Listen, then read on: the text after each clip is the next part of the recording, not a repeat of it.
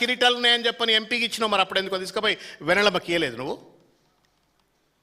Warangal MP ఇవ్వగలుగుతుంటే నువ్వు నిజంగానే గద్దరన్న మీద ప్రేమ ఉంటే. ఎవరిని మోసం చేస్తున్నావు రేవంత్ రెడ్డి? నువ్వు డ్రామాలు ఆడు, వీ హ్యావ్ నో ప్రాబ్లం. ఇప్పుడు చంద్రబాబు నాయుడు గారు కూడా అంటే వరుస వచ్చింది కాబట్టి చెప్తున్నాను నేను, వెన్నుపోటు పొడిచి ఎన్టీ రామారావును మళ్ళీ అదే ఎన్టీ రామారావు విగ్రహం అక్కడ పెట్టి దండలేసి మా నాయకుడు ఎన్టీఆర్ అని చెప్పుకొని తెలుగుదేశం పార్టీ రాజకీయం చేస్తుంది.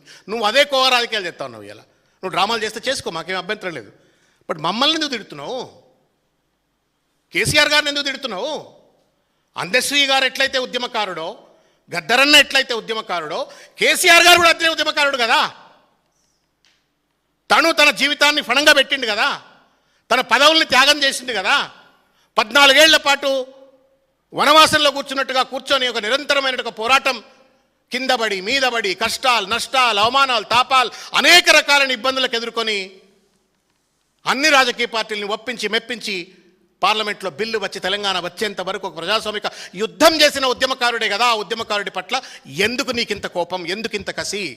నిన్ను జైల్లో పెట్టినరు అని మాట్లాడుతున్నావు. నువ్వు శుద్ధ పూసవారే అంటాడు. నిజంగా చెప్పు, గుండె మీద చేయబెట్టుకో. దేనికి పెట్టిన నేను జైల్లో? దేనికి పెట్టిన జైల్లో? ఓటుకు నోటు దొంగతనం చేస్తుంటే జైల్లో పెట్టినరు. It's a crime. సిగ్గు ఎగ్గు లేదు కాంగ్రెస్ పార్టీలో. ఆయనను ఎంటర్ కానియొద్దు. ఆ ఓటుకు నోటు కేసు అనేటువంటిది 2 కోణాలుగా చూడాలి.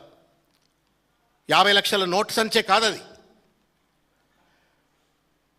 ప్రజా ఉద్యమ నేపథ్యంలో వచ్చినటువంటి ఒక ప్రజాప్రభుత్వాన్ని, తెలంగాణ ప్రజాప్రభుత్వాన్ని విధ్వంసం చేసి మళ్ళా ఆంధ్రాలో తెలంగాణను కలపాలనే కుట్రకు స్వీకారం చుట్టేటువంటి ఒక ఓటుకు నోటు కేసు అది చంద్రబాబు నాయుడు గారి నేతృత్వంలో జరిగినటువంటి ఒక పొలిటికల్ కాన్స్పిరసీ. ఆ కాన్స్పిరసీలో భాగమైన రేవంత్ రెడ్డిని మీరు చెప్పరు ముద్దు పెట్టుకోమంటే ముద్దు పెట్టుకుంటాం. ముద్దు పెట్టుకొని మూతులు నాకుతారు ఆయన ఏమన్నా? You wanted to destroy. Srikantachary నుండి మొదలుకుంటే దాదాపు 1100 మంది తెలంగాణ అమరవీరుల యొక్క త్యాగాల ఫలితంగా వచ్చిన తెలంగాణ రాష్ట్రాన్ని ఆంధ్ర పాలకుల యొక్క మెప్పు కోసం ఓటుకు నోటు కేసు ద్వారా నువ్వు ప్రజాప్రభుత్వాన్ని, కేసీఆర్ ప్రభుత్వాన్ని విధ్వంసం చేసే కుట్ర చేస్తుంటే ముద్దు పెట్టుకోవాలట. ఆయనను జైలుకు పంపొద్దట. జైలుకు పంపితే నన్ను ఎన్ని జైళ్ళకో పంపినరు అని మాట్లాడుతున్నాడు. కేసీఆర్ మంచోడు, ప్రామిస్ చెప్తున్నా. నాలాంటోడు అయితే బిడ్డ నువ్వు జీవితంలో బయటికి రావు నువ్వు జీవితంలో. Because it is not about KCR, it is not about TRS, it's about 4 crore people self respect and pride and sacrifices and struggle. 60-70 సంవత్సరాల నిరంతర పోరాటం తర్వాత వచ్చిన తెలంగాణ ప్రజాప్రభుత్వాన్ని విధ్వంసం చేస్తున్నాడు ఓటుకు నోటు కేసులో. నన్ను జైలుకు పంపినరు అని చెప్పని సొల్లుకు తలుగుస్తున్నాడు. పేపర్లలో టీవీలలో రాస్తున్నారు. అది ఎందుకు పంపినరు రేవంత్ రెడ్డి నేను జైలుకు? నువ్వు చంద్రబాబు నాయుడు గారికి తొత్తుగా మారి తెలంగాణ ప్రభుత్వాన్ని కూల్చాలని కుట్ర చేసినప్పుడు కదా నిన్ను జైలుకు పంపింది.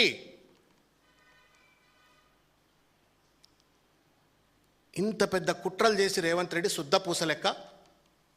రెండోది, కాంగ్రెస్ ఆలోచించుకోవాలి ఇప్పటికి కూడా. ఎవరి చట్టాన్ని ఆయన ఉల్లంఘించాలని చూసిండు? రాజీవ్ గాంధీ చట్టాన్ని, యాంటీ డిఫెక్షన్ లా. పార్టీ ఫిరాయింపుల చట్టం పట్టుకొచ్చింది రాజీవ్ గాంధీ. రాజీవ్ గాంధీ చట్టాన్ని విధ్వంసం చేస్తాడు, తెలంగాణ ప్రజలు ఎన్నుకున్న ప్రభుత్వాన్ని విధ్వంసం చేస్తాడు. ఆయన పెద్ద జాతీయ నాయకుడు, దేశ నాయకుడు, ఉద్ధారకుడు. ఆయననట జైలుకి పెడితే తప్పు అని చెప్పని వారు మాట్లాడుతున్నారు. నేను ఇంకొక విషయం చెప్పదలుచుకున్నా. తాడే కదా అని మెడకేసుకుంటే పామయ్య ఘర్షిండు రేవంత్ రెడ్డి వాళ్ళ.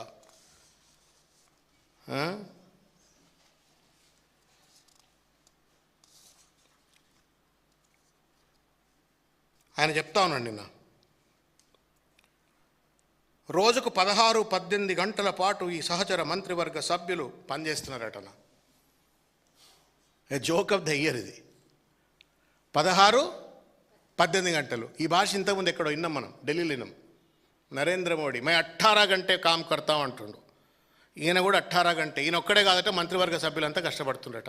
నేను అడుగుతా ఉన్నా రేవంత్ రెడ్డిని, నువ్వు 18 గంటలు నిజంగానే పనిచేసినట్టయితే నీ 3 సంవత్సరాల బ్యాలెన్స్ షీట్లు పట్టుకురా, బడ్జెటరీ షీట్స్ పట్టుకురా. నువ్వు 18 గంటలు కష్టపడితే రెవెన్యూ రిసిప్ట్స్ ఎందుకు డెఫిసిట్లో ఉన్నాయి?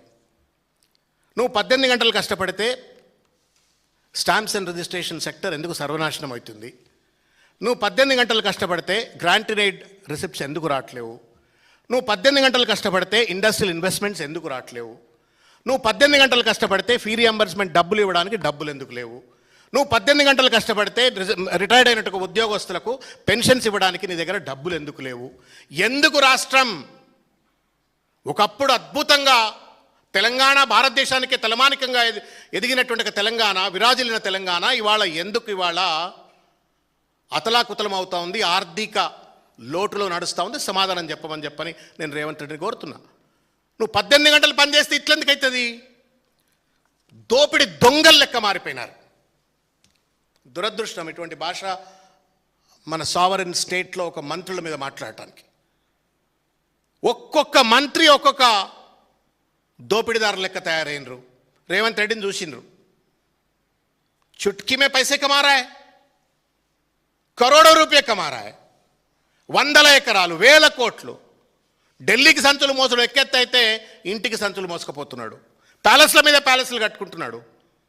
ఆయనను చూసిన తర్వాత అరే మేమేం తక్కువ తిన్నాం రాబాయ్ అని చెప్పని మంత్రులు కూడా తెగబడ్డారు.